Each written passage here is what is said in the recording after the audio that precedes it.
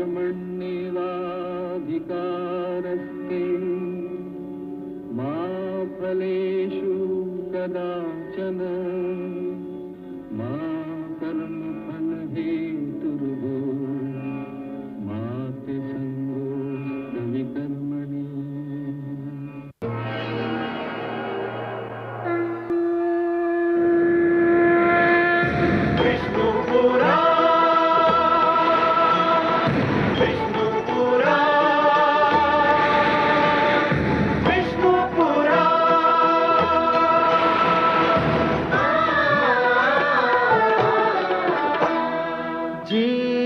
ज्ञान ब्रह्म ज्ञान अथ श्री विष्णु पुराण ओम की कथा महान जय श्री विष्णु पुराण विष्णु पुराण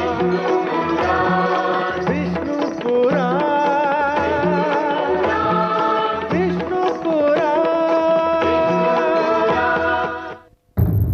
मैं माँ हूँ, धरती माँ।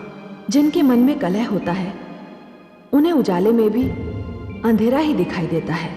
शुभ समाचार भी उन्हें प्रसन्न नहीं करता। जो दूसरों की प्रसन्नता को देखकर दुखी होते हैं वे जीवन में कभी सुखी नहीं रह पाते। मंथरा का हृदय भी कलह का भंडार है। अपने द्वेष और ईर्ष्या के कारण वो श्री राम के विवाह के समाचार से भी दुखी हो रही है। और तो और उसे यह भी नहीं दिखाई दे रहा है कि स्वयं कैकेयी इस समाचार को सुनकर कितनी हर्षित है। मुझे इस बात की चिंता है कि मंथरा के द्वारा निर्मित इस कलह का अंत कहाँ होगा। धाई माँ, धाई माँ, धाई माँ, आप कहाँ हैं? धाई माँ, धाई माँ, आज मैं बहुत प्रसन्न हूँ। धाई माँ, आज मैं बहुत बहुत प्रसन्न हूँ। अरे ऐसा क्या हो गया पुत्री, फूली नहीं समा रही हो? क्या घट गया ऐसा?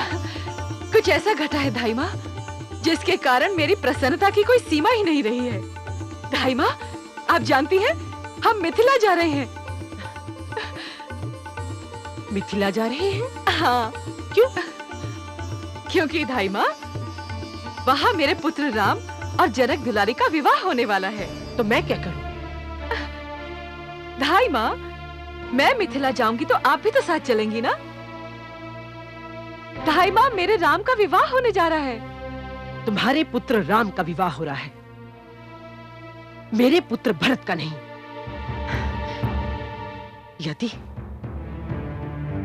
यदि मेरे भरत का विवाह होता तो मैं नाचती गाती हुई जाती। राम के विवाह से मेरा क्या लेना देना? धाई माँ, क्योंकि आज मैं बहुत प्रसन्न हूँ इसलिए आपकी अशिष्टता को क्षमा कर रही हूँ। आप नहीं जाना चाहती हैं तो मत जाइए, मैं अवश्य जाऊंगी। आपके भाग्य में तो राम का विवाह देखना ही नहीं लिखा है तो मैं क्या कर सकती हूँ?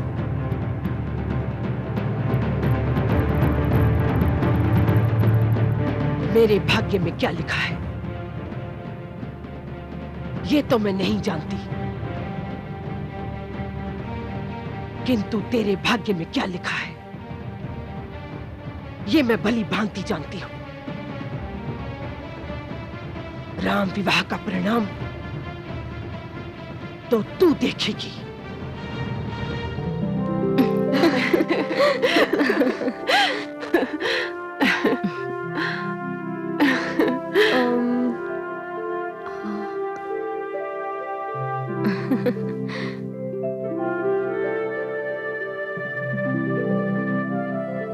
लो, ऋषिवर तो यहाँ है ही नहीं। अब हम किससे कहें कि हमें अपने भाभी जीजाजी से मिलने की अनुमति चाहिए? बिना उनकी अनुमति के मिलना तो शिष्टाचार के विरुद्ध है। मुझे तुम्हारे विचार सुनकर हर्ष हुआ राजकुमारी।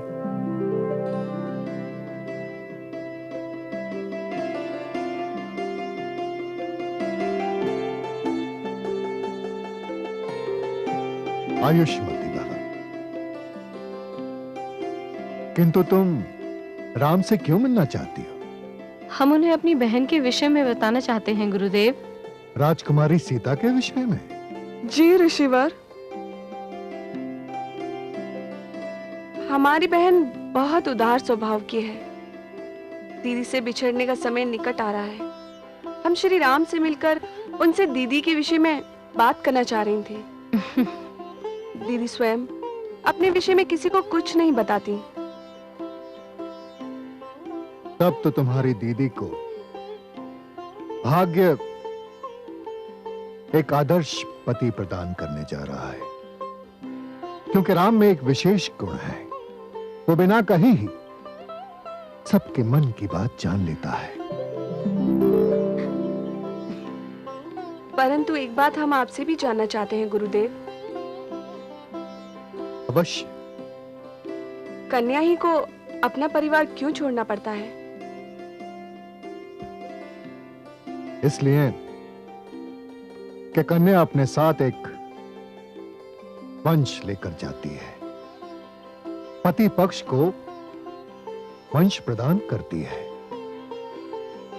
एक नव संसार बसाती है कन्या।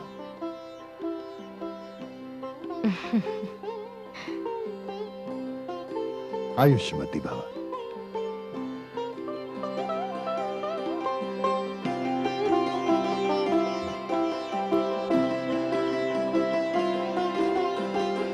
जनक की सारी पुत्रियां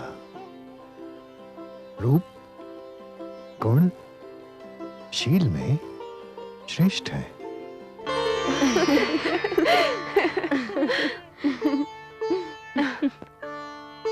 जी, आप लोग?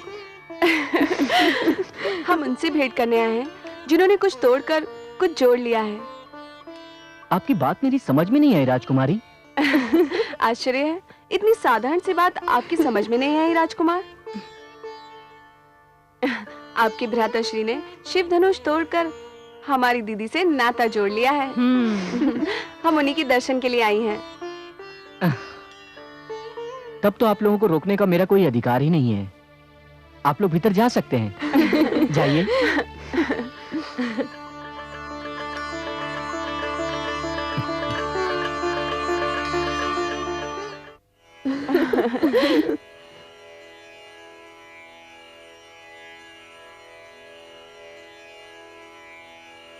जीजा जी, प्रणाम जीजा जी। प्रणाम, स्वागत है आपका। हम मिथिलेश की पुत्रियां हैं, दीदी जानकी की बहनें। मैं उर्मिला, ये मांडवी और यह श्रुति कीर्ति। प्रसन्नता हुई आपसे मिलकर। यहाँ आने का कष्ट कैसे किया? सुना है आपके पास सबके प्रश्नों का और हर प्रश्न का उत्तर है। स्वयं पूछ कर देख लीजिए, ज्ञात हो जाएगा। हम ये जानना चाहती हैं कि आपकी दृष्टि में पत्नी क्या है? पत्नी? पत्नी पुरुष की पूर्णता का चिन्ह है। वो उसका आधा अंग है और इसीलिए उसे अर्धांगिनी भी कहा जाता है। जब तक ये आधा अंग पुरुष को प्राप्त नहीं होता, वो अधूरा ही होता है। सचमुच राजकुमार, आपके पास हर प्रश्न का उत्तर है। आपसे प्रश्न करने वाला कभी निराश नहीं होगा। और कोई सेवा? आप हमारे अतिथि हैं, आपकी सेवा करना हमारा धर्म है। बस हमें यही पूछना था। अब हमें आज्ञा दीजिए। आपने मुझसे तो पूछ लिया कि मेरी दृष्टि में पत्नी क्या है। अब तनिक अपनी दीदी से भी तो पूछकर हमें बताइए कि उनकी दृष्टि में पति और पुरुष क्या है। हम अभी उनके पास जाकर पूछती हैं। उनका उत्तर हमें अवश्य बताइएगा। जी।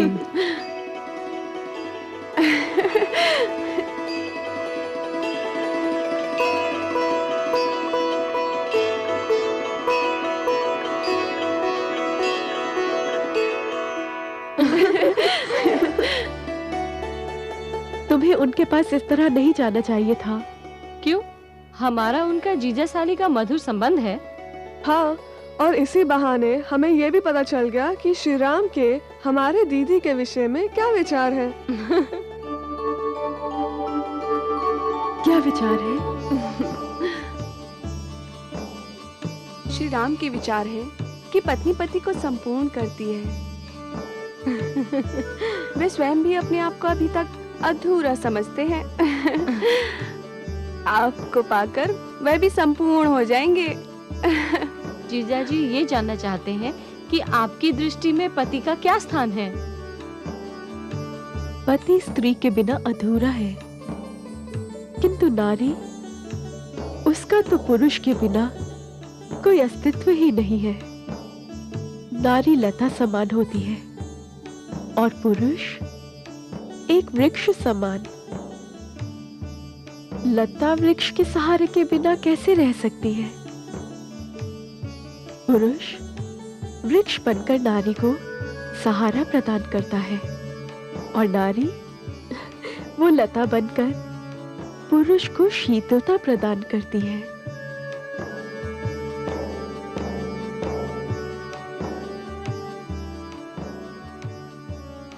दीदी, ऐसा लगता है जैसे आप दोनों ने एक दूसरे के लिए ही जन्म लिया है। दोनों के विचारों में इतनी समानता है, क्या आश्चर्य होता है। समझ नहीं आ रहा है कि आप जैसी बहन से बिछड़कर हम कैसे रह पाएंगी। हाँ दीदी,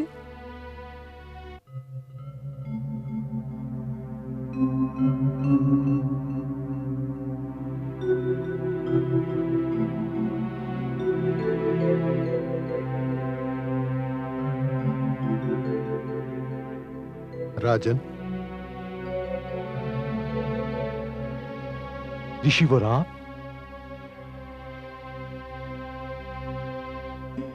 आयुष्मान भव। मुझे आदेश दिया होता ऋषि श्रेष्ठ। याचक बनकर आया हूं मिथिलेश। याचक? आज्ञा दीजिए ऋषिवर। यदि मैं आपके किसी काम आ सकूं तो धन्य हो जाऊंगा। राजन, मैं ये जानना चाहता हूं कि राजकुमारी सीता की भांति आपने अपनी शेष राजकुमारियों के लिए कोई संकल्प तो नहीं कर रखा? किंतु क्यों ऋषिवर? यदि नहीं किया है तो सुनिए। मेरे शिष्य राम की 3 परछाइयां हैं। अयोध्या नरेश के शेष 3 पुत्र लक्ष्मण, भरत और शत्रुघ्न राम की परछाइयों के समान है। मैंने आपकी शेष 3 राजकुमारियों को देखा है। वो सब गुणवंती, सुंदर और सुशील हैं। यदि आपकी अनुमति हो तो मैं महाराज दशरथ को लक्ष्मण के लिए उर्मिला, भरत के लिए मांडवी और शत्रुघ्न के लिए श्रुति कीर्ति का हाथ मांगने का परामर्श दूं? आपने एक वाक्य से मेरे जीवन की सारी चिंताओं को हर लिया। ऋषि श्रेष्ठ, विश्वास करें, सीता के स्वयंवर ने मुझे जीवन की सबसे महान प्रसन्नता प्रदान की, किंतु उसी के साथ मैं चिंतित भी था। चिंतित इसलिए था कि मेरी सीता को योग्य वर ही नहीं, सर्वश्रेष्ठ वर मिल गया, किंतु मेरी शेष राजकुमारियों को योग्य वर मिल सकेंगे?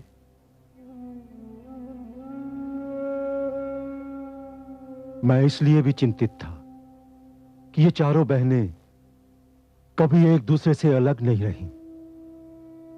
सीता के चले जाने के उपरांत क्या ये अकेली रह पाएंगी?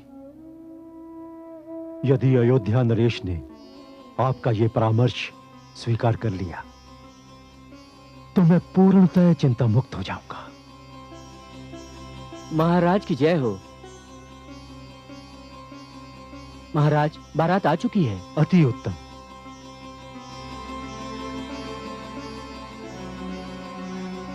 राजन, आप निश्चिंत रहें।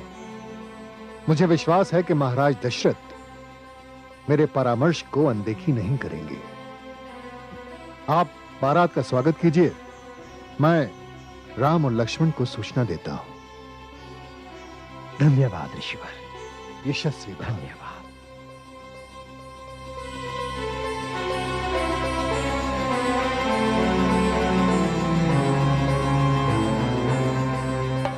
अयोध्या नरेश महाराज दशरथ की जय। अयोध्या नरेश महाराज दशरथ की जय। अयोध्या नरेश महाराज दशरथ की जय। अयोध्या नरेश महाराज दशरथ की जय। अयोध्या नरेश महाराज दशरथ की जय। अयोध्या नरेश महाराज दशरथ की जय। अयोध्या नरेश महाराज दशरथ की जय। अयोध्या नरेश महाराज दशरथ की जय। अयोध्या नरेश महाराज दशरथ की जय। अयोध्या नरेश महाराज दशरथ की जय। ऋषिवर, आज आपने यहाँ पधार कर पूरे संसार में जनकपुरी के मान में वृद्धि कर दी। यशस्वी भव, आयुष्मान भव। महाराज,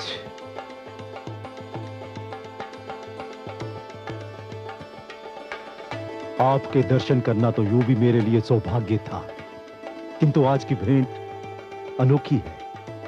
पहली ही भेंट में हम संबंधी बनने जा रहे हैं।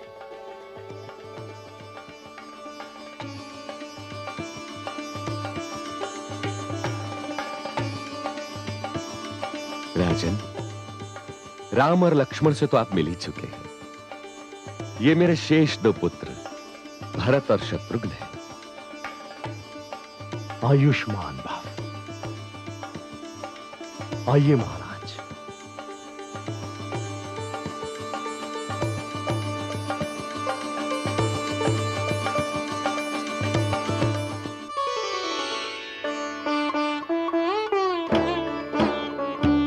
यशस्वी भव।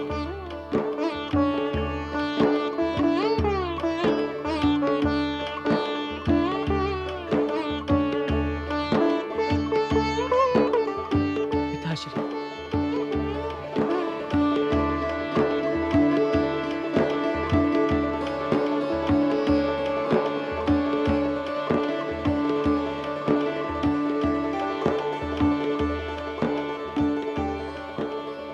आयुष्मान भव। आपका धन्यवाद मैं किन शब्दों में प्रकट करूं। आपने मेरे पुत्रों के साथ पुत्रवधू भी मुझे दी। राजन, मैं आपको एक पुत्रवधू नहीं, 4 पुत्रवधुएं दे रहा हूं। आपकी अनुमति के बिना मैंने मिथिलेश से आपके शेष 3 राजकुमारों के लिए उनकी 3 राजकुमारियां मांग ली हैं। आप उन्हें स्वीकार करेंगे? आप गुरु हैं, आपका अधिकार मुझसे बहुत अधिक है ब्रह्मर्षि। आपको मुझसे अनुमति लेने की क्या आवश्यकता है? आपने तो मुझे हर्ष के सागर में डुबो दिया है ब्रह्मर्षि। ये मेरा सौभाग्य है कि मैं एक पुत्रवधू लेने आया था और 4 पुत्रवधुएं लेकर जा रहा हूं ब्रह्मर्षि। महारानियां सुनेंगी तो उनके हर्ष का ठिकाना नहीं रहेगा। ऋषिवर, आपका बहुत बहुत धन्यवाद, बहुत बहुत धन्यवाद। तो फिर आप एक नहीं 4 विवाहों की व्यवस्था कीजिए।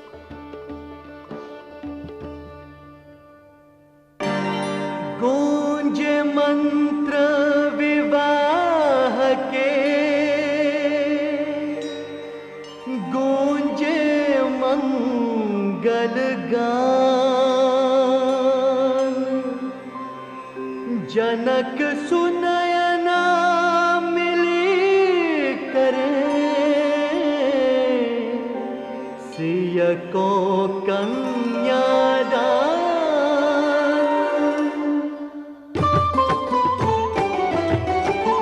भावर डारत राम अरु सीता, धन धन कहत समाज पुनीता।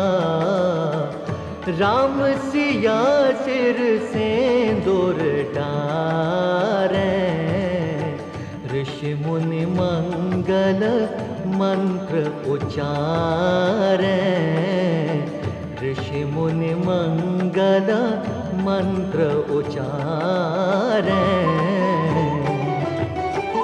भय विधि राम सिया के जय से, विधि भई सकल कुंवर के तई से। जनक सुनयना धन न्योछारे, सखी समाज आरती उतारे, सखी समाज आरती उतारे।